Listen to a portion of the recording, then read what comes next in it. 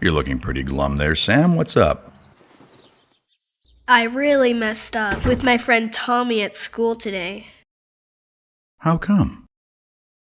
Tommy was trying to tell me something that really upset him, and I just kept on talking about my new bike. I wasn't trying to ignore him, but you know how I can get when I'm on a roll. I didn't know that he was getting frustrated with me. Tommy said that I was a bad friend and only cared about myself and stomped off. That's tough. Have you tried to talk to him since? I want to, but I don't know what to say. How do I explain that sometimes my ADHD brain just takes over, even when I don't want it to? I know what you mean. When something injures us, sometimes we tune out everything else around us. But it's hard for people without ADHD to understand that our brains work differently. Sometimes when one of my friends is talking to me, my mind just wanders off. I even butt in and start talking about something I find more interesting. I think it bothers them because they don't talk to me much anymore. I've noticed that you've not had many friends over, except for Tommy. That's why I can't lose Tommy as my friend. He's my best friend, my only friend. The other kids at school have been kind of mean lately. They say I'm weird and call me a baby because I'm too silly and still get really upset about stupid things. They don't want to play with me at recess or be in a group with me. How long has this been happening? Since last year, just before summer. Aw, Sam, why didn't you tell us? Well, you know, Dad, I am kind of weird sometimes. I get real frustrated when I have to wait in line or can't do what I want.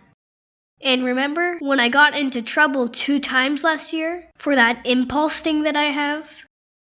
You mean when you're impulsive and don't stop to think before you're doing something?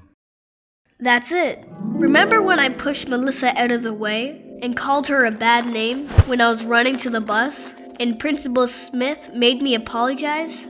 And then a while later, I got upset when I struck out in baseball and threw the bat?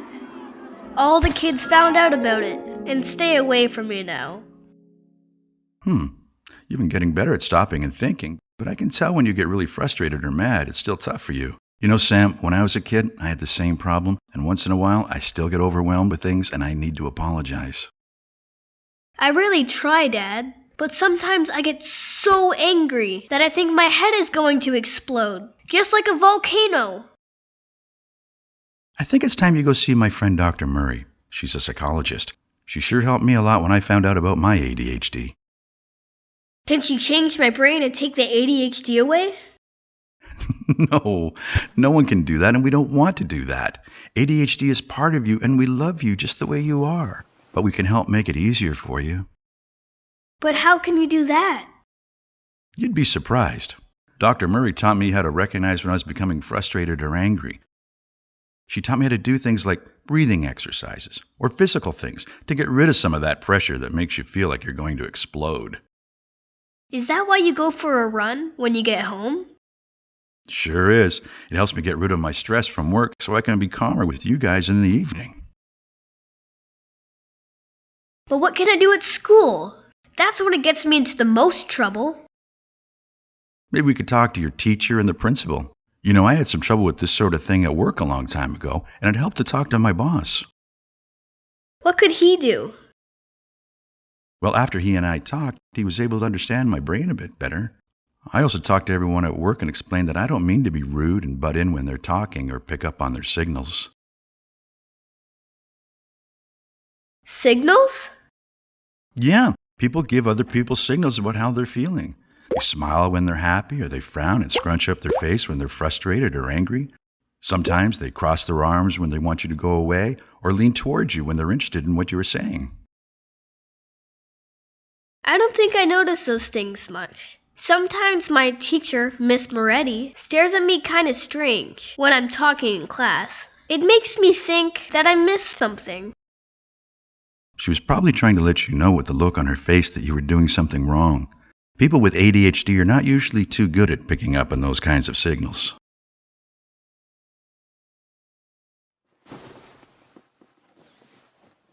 Let's talk to Dr. Murray about the things that might help at school. But first, we're going to call Tommy's mom to see if we can go over and you can tell him that you're sorry about what happened earlier today.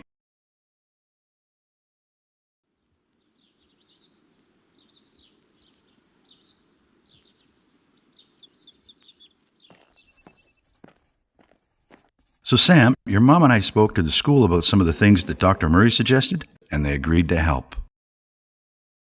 I don't know about that, Dad. I don't want the kids to think that I'm even weirder than they already do. I think we have a solution for that. Dr. Murray is going to come to your school and show everyone a video on ADHD and answer questions. Oh no! They'll think that I'm a real loser. Sam, do you think your friend Tommy is a loser because he wears glasses? Or that Samantha in your class who uses a wheelchair is a loser?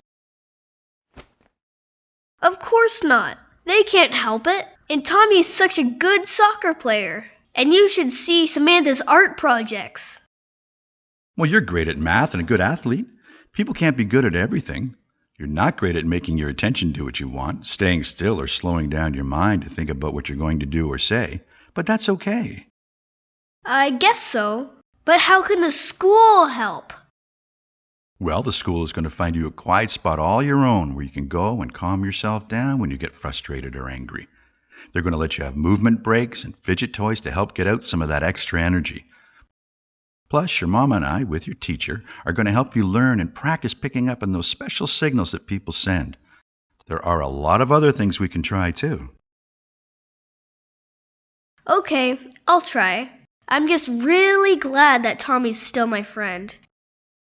He understands now that my ADHD also makes it more difficult for me to stay calm and pick up the signals that he's trying to send me. Tommy and I even came up with a special signal, all of our own, for when I'm not paying attention to him.